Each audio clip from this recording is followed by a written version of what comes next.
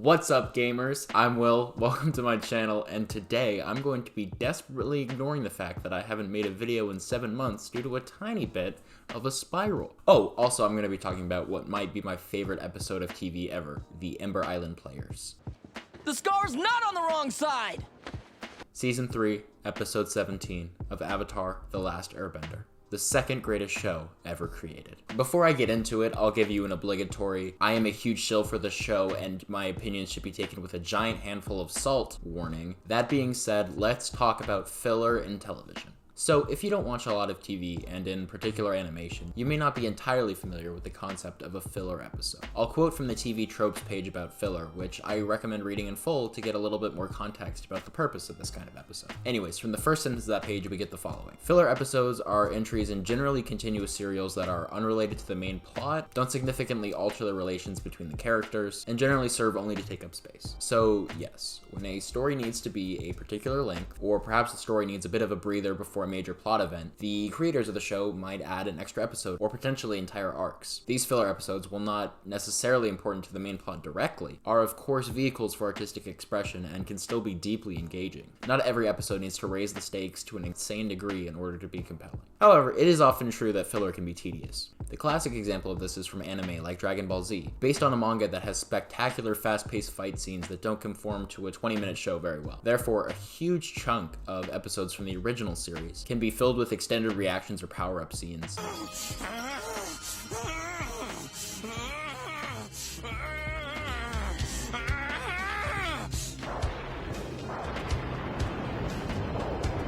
Something that often takes the form of the characters screaming for minutes at a time.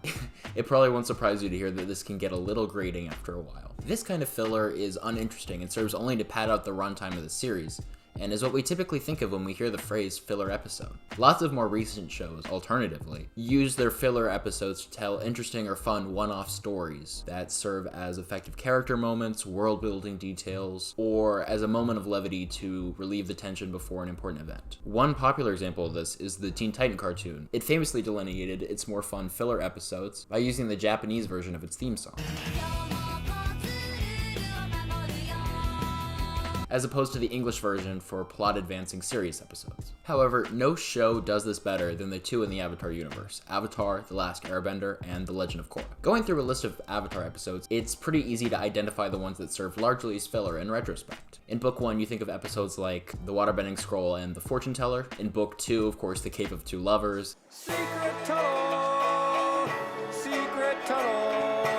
And in Book 3, The Painted Lady, Nightmares and Daydreams, and the eventual topic of today's video, the Ember Island Players. One important distinction, though, is that these filler episodes can't be easily identified in the moment. When watching the show straight through, each episode feels as important as the last, and the idea that any of them are only filler feels kind of ridiculous. But yes, like all animated shows, and most shows in general, there are episodes that don't directly advance the plot. And I love all of these anyways. Each of these has at least one strong or entertaining character moment or important piece of lore that helps flesh out the world, and that's what makes them so effective despite the lack of major stakes. But the Ember Island Players doesn't have just one of these moments. They come rapid fire one after another. Let's put this episode in context. There are spoilers from here on out, but if you're interested enough in the series to watch it, you probably already have by now. And if you're not, thanks for watching the video anyways. So let's jump into it. Coming at almost the very end of the series, the Ember Island Players is the last episode before the 4-part season finale, Sozin's Comet. It takes place on Ember Island, a vacation destination in the Fire Nation, Bars, where the gang are preparing for their assault on Fire Lord Ozai. They are sheltering at the Fire Lord's old house upon Zuko's assertion that it's the last place anyone would ever look for them, relaxing and training when Sokka and Suki return with big news. The Ember Island Players are putting on a production about our heroes. Zuko remarks that they're a terrible theater company, but Sokka manages to drag them to the production, the performance of which takes up most of the episode's runtime. This is the perfect setup for a lot of references and inside jokes for fans of the series, as the awful play pokes fun at all the characters and events we've seen so far. Each member of the gang is presented with an onstage caricature of themselves. Aang is played by an overly hyper woman with a high-pitched voice, Katara's actress is dramatic and tearful, and Sokka is boiled down to bad jokes and food references. All this not to mention that Toph is played by a super buff dude, and Zuko is an edgy downer with horrendous hair. All these characters are based in truth, as Toph points out. I know it must hurt, But what you're seeing up there on that stage is the truth. And do an excellent job of teasing the characters about their most ridiculous traits. On the eve of the finale, for a series as dramatic and powerful as Avatar is, it takes a really deft hand to nail the humor and provide that levity, as well as being lightly self-critical and parodying your own work, but the creators of the show get it just right. I also mentioned earlier that Avatar's filler episodes contain solid moments of character and world building alongside the humor, and there are myriad examples of this in the Ember Island Players. Some of the best moments of the episode come when the characters are forced to confront their portrayals and have to deal with how the world perceives them. Like the rest of the entire show, the most powerful moment comes from Zuko, when faced with the scene from season 2 where he betrays his Uncle Iroh. He's always been on my side, even when things were bad. He was there for me. He taught me so much. And how do I repay him? With a knife in his back. His response to seeing a caricature of his past actions really highlights his growth and serves to further reinforce how much he's changed over the course of the series. Additionally, Aang confesses his feelings for Katara again in a scene that makes me uncomfortable, admittedly in a way that the scene was intended to do. And Sokka gets Suki to help him get backstage, so that he can give the actor playing him some feedback. I got some jokes I want to give to the actor me. I'm an elite warrior who's trained for many years in the art of stealth.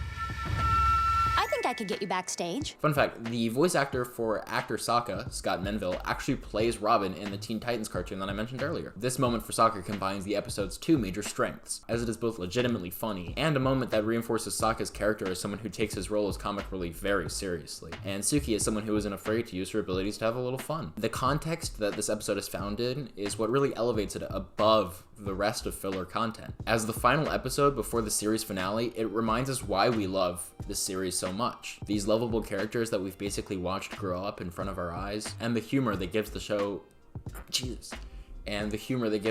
so much of its charm. It truly is the perfect send-off before the send-off. The Ember Island Players is one of my favorite episodes of TV that I've ever seen in my life, and it is, in my opinion, the greatest example of TV filler done right that has ever been made. No other show, and indeed no other episode of this show, has ever gotten close to filler content with this much heart, humor, and charm. I love the Avatar universe so much. Finally, as a huge theater nerd, I also love all the parts of the episode that make fun of low-rent theater, but that didn't really apply to the point I was trying to make, so I thought I'd mention it at the end here. Anyways, thank you so much for watching this video. I love having the opportunity to talk about stuff like this, and I really hope it comes across how excited I am to be making stuff again. I'm not sure when I'll be back, but you can bet it'll be with something that I care about more than is normal or healthy, and I will do my best to see you soon. With love, I've been Will, and have a great day.